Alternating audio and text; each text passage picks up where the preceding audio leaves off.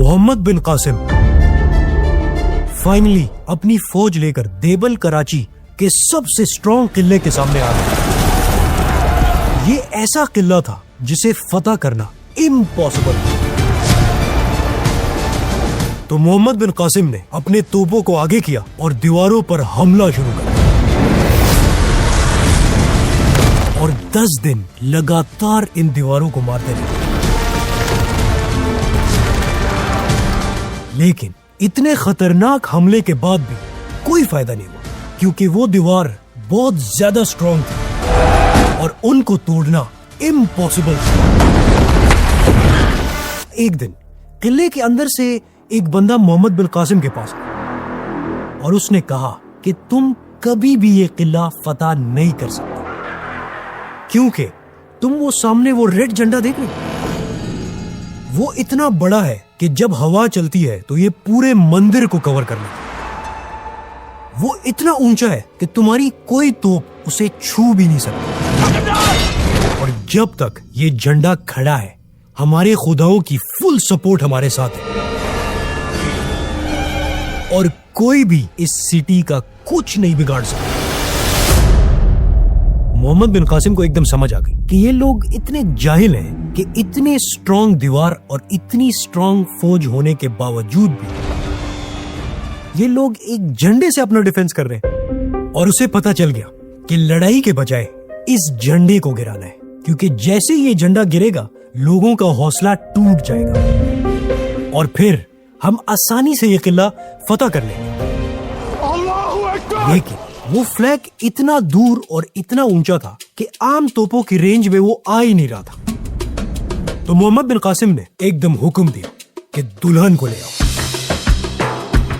नहीं, ये वाली दुल्हन नहीं, बल्कि ये वाली दुल्हन।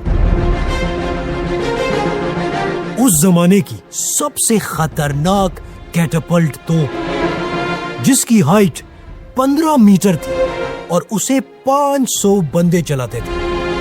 पूरी मुसलमान सुपर पावर ने इसका नाम रखा था दुल्हन, क्योंकि ये उस वक्त की दुनिया की सबसे खूबसूरत मशीन थी और इसे बिल्कुल दुल्हन की तरह सजाया गया था।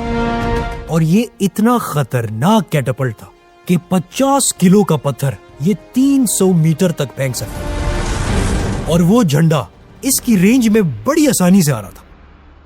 तो मोहम्मद बिन कासिम ने उसे आगे किया और बाकी सारे किले को छोड़कर उसी फ्लैग पर हमला शुरू कर दिया। पहला गोला सीधा गया और उसने अपने टारगेट को मिस कर दिया। उन्होंने फिर निशाना लगाया, लेकिन वो भी मिस हो गया। इतने में मोहम्मद बिन कासिम को एक लेटर मिला जो उसके चचा ने लिखा था। उसका चचा पूरे मुसलमानों की एम्पायर का आर्मी चीफ था और सारे ईस्ट का गवर्नर था, जिसका नाम था हज्जाज बिन यूसुफ। वो इस पूरी जंग को A to Z खुद मॉनिटर कर रहा था, क्योंकि इससे पहले उसके 2 बहुत ही बड़े जनरल्स ने सिंध पर हमला किया। लेकिन वो बहुत बुरी तरह हार कर शहीद हो गए थे और हज्जाज किसी तरह भी अब ये जंग हारना बर्दाश्त नहीं कर सकता था। तो जैसे ही मोहम्मद बिन कासिम को ये लेटर मिला, उसने जल्दी खोला। उसमें हज्जाज की तरफ से इंस्ट्रक्शंस थे कि तोप का एंगल थोड़ा सा चेंज करके फायर कर। तो मोहम्मद बिन कासिम ने तोप को वैसे ही रेडी करके फायर कर दिया। वो गोला सीधा जाकर उस फ्लैग पर लगा और वो इतना बड़ा फ्लैग एक ही शॉट में नीचे गिरा और झंडा गिरते ही पूरे शहर में खौफ फैल गया और लोगों को समझ आ गई कि उनकी वो सीक्रेट पावर अब खत्म हो गई है। तो मोहम्मद बिन कासिम ने आसानी से गेट्स खोलकर वहां एंटर हुआ। जैसे ही लोगों ने देखा तो वो हैरान हो गए। इतनी बड़ी फौज का लीडर ये यंग सा लड़का है, ये है कौन? असल में मुसलमानों ने आप सल्लल्लाहु अलैहि वसल्लम की लीडरशिप में पूरे अरब को फतह कर लिया था और हजरत उमर रज़ियल्लाहु अन्हु के दौर में मुसलमानों ने रोमन और पर्शियन एम्पायर दोनों को फतह कर लिया। लेकिन इसके बाद मुसलमानों में एक सिविल वॉर स्टार्ट हुआ। ये सिविल वॉर बनु उमय्या अपने सबसे वफादार और सबसे जालिम जनरल हज्जाज बिन यूसुफ की वजह से जीत गई और पूरे एम्पायर पर बनु उमैया का कंट्रोल आ गया। और इसी वजह से उन्होंने हज्जाज बिन यूसुफ को पूरे ईस्ट का गवर्नर बना दिया। अब मुसलमानों की एम्पायर इंडिया से लेकर स्पेन के बॉर्डर तक फैल चुकी थी। इसी तरह एक दिन हज्जाज बिन यूसुफ के पास कुछ लोग आए। उन्होंने कहा कि हम श्रीलंका से एक बहुत बड़ी शिप लेके आ रहे थे। रास्ते में हम जब सिंध पहुंचे, वहां पायरेट्स ने हमारी कश्तियां लूट ली और हमारी औरतों को किडनैप कर लिया। हम किसी तरह वहां से जान बचा के आपके पास आए हैं। ये सुनकर हज्जाज बिन यूसुफ को बहुत ज्यादा गुस्सा आया, क्योंकि ये सिर्फ एक दफा नहीं था, बल्कि बहुत अरसे से रास्ते में उनके शिप्स को लूटते थे। तो हज्जाज ने सोचा कि अगर हमने इनको ठिकाने नहीं लगाया तो ये हमारे ट्रेड को भी खराब करेंगे और हमारे इतने बड़े सुपर पावर की इज्जत को भी खराब करेंगे। तो उसने सबसे पहले एक खत लिखा सिंध के बादशाह को, जिसका नाम था राजा दाहिर, कि ये पायरेट्स हमारे हवाले करो। राजा दाहिर ने कहा, ये खुद ब खुद लूटमार कर रहे होते और मेरा इस पे कोई कंट्रोल नहीं। हज्जाज बिन यूसुफ को समझ आ गई कि अगर इन पायरेट्स को खत्म करना है तो हमें सिंध पर हमला करना होगा। तो उसने मुसलमानों के बादशाह वलीद से इजाजत मांगने के लिए एक लेटर लिखा कि हमें इजाजत दे, हम सिंध पर हमला करके इन लुटेरों को खत्म कर दें। लेकिन वलीद ने बिल्कुल इनकार कर दिया, क्योंकि जिस टाइम वो सिंध पर हमला करने की इजाजत मांग रहा था, ठीक इसी टाइम मुसलमान वहां स्पेन पर हमला कर रहे थे कि मैं किसी सूरत भी अपनी इतनी कीमती फौज और इतना ज्यादा पैसा इस मामूली से सिंध पे जाया करने के लिए तैयार नहीं। तो हज्जाज ने उसे कन्विंस करने के लिए एक प्लान बनाया। उसने कहा कि आप सिर्फ मुझे इजाजत दें, मैं इस एम्पायर से 1 रुपए भी नहीं मांगूंगा, सारा पैसा मैं अपने आप से खर्च करूंगा और इस एम्पायर को मैं प्रॉफिट दूंगा। लेकिन अगर हम हार गए तो ये सारा लॉस मैं खुद बर्दाश्त करूंगा। तो मुसलमानों का बादशाह ये शर्त मान गया और हज्जाज ने बजाय इसके कि वो एक बड़ी आर्मी भेजता, उसने एक छोटी सी फौज को तैयार किया और उसे सिंध पर जाने के लिए रेडी किया और उसके लिए एक बेहतरीन स्ट्रेटजी बनी।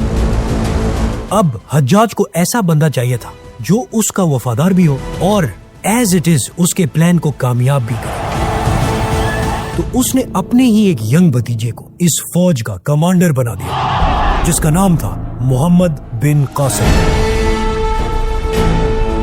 मोहम्मद बिन कासिम बहुत ही बहादुर और ज़हीन जनरल था, जिसको बहुत ही छोटी उम्र में एक इलाके का गवर्नर बना दिया गया था और उसने बेहतरीन तरीके से उसे कंट्रोल किया था। तो हज्जाज ने मोहम्मद बिन कासिम को 6000 की फौज देकर उसे सिंध पर हमला करने के लिए रेडी किया। लेकिन हज्जाज को पता था कि रास्ते में डेजर्ट है और वहां से गुजरना बहुत ही मुश्किल है।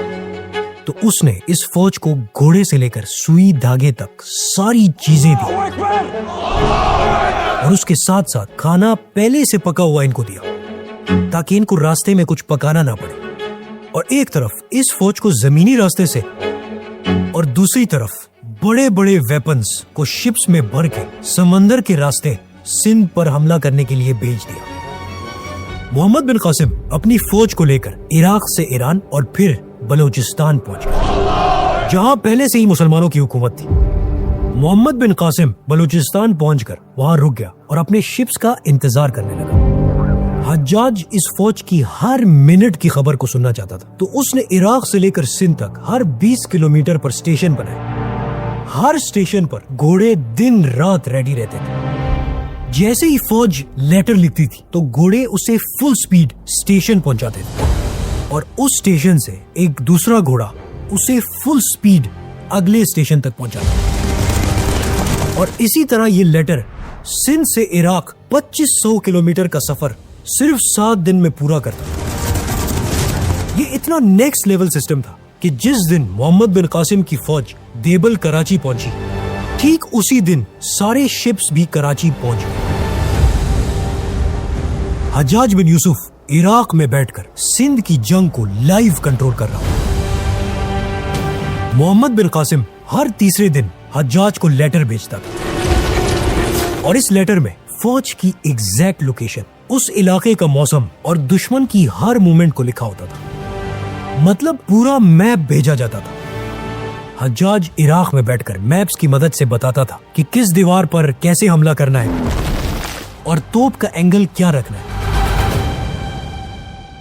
इसी तरह देबल कराची का वो इतना बड़ा फ्लैग जब नहीं गिर रहा था तो इसी टाइम हज्जाज बिन यूसुफ ने इंस्ट्रक्शंस भेजी और उस इंस्ट्रक्शंस में क्लियरली लिखा हुआ था कि तोप का एंगल चेंज करो और एक बार फिर मारो।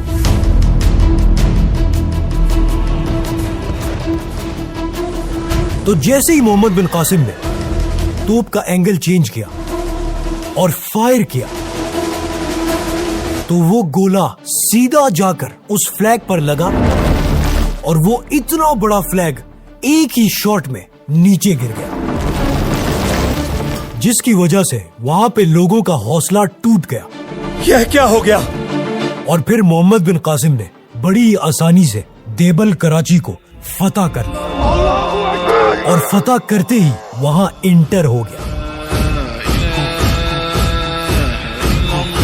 अब यहां पे कुछ लोग कहते हैं कि मोहम्मद बिन कासिम 17 साल का था, लेकिन कुछ और लोग कहते हैं कि वो कैसे 17 साल का हो सकता है, क्योंकि इससे बहुत साल पहले उसने एक इलाके पे हमला किया था और वो वहां का गवर्नर बन गया। लेकिन जो भी हो, मोहम्मद बिन कासिम एक यंग लड़का था और इतनी बड़ी फौज का लीडर था। अब जब देबल कराची फतह हो गया तो मोहम्मद बिन कासिम यहां से राजा दाहिर की तरफ रवाना हुआ और रास्ते में बहुत से बड़े बड़े किले खुद मोहम्मद बिन कासिम के सामने सरेंडर करने लगे। मोहम्मद बिन कासिम की स्पीड देखकर राजा दाहिर ने अपनी फौज को भी रेडी किया और फाइनली ये दोनों फौजें एक दूसरे के सामने आ गई। लेकिन ये लड़ नहीं सकते थे क्योंकि दरमियान में सबसे बड़ा रिवर इंडस रिवर था। मोहम्मद बिन कासिम को पता था कि अगर मैंने ये रिवर जल्दी क्रॉस नहीं किया तो राजा दाहिर के लिए पीछे से और फौज आ जाएगी और फिर उसे हराना इम्पॉसिबल हो जाएगा। तो बजाय इसके कि वो सामान का इंतजार करता, उसने वहां एक प्लान बनाया। वहां इर्द गिर्द जितनी भी कश्तियां थी उसने सबको जमा किया और फिर उन सारी कश्तियों को रस्सियों से ज्वाइन कर लिया। उन सब कश्तियों के ऊपर लकड़ी के तख्ते लगाए और ऐसे ही वो एक पुल की तरह बन गया। लेकिन अब भी वो उस रिवर को क्रॉस नहीं कर सकते क्योंकि जैसे ही वो सामने आते तो राजा दाहिर की फौज उन पे तीर बरसाती।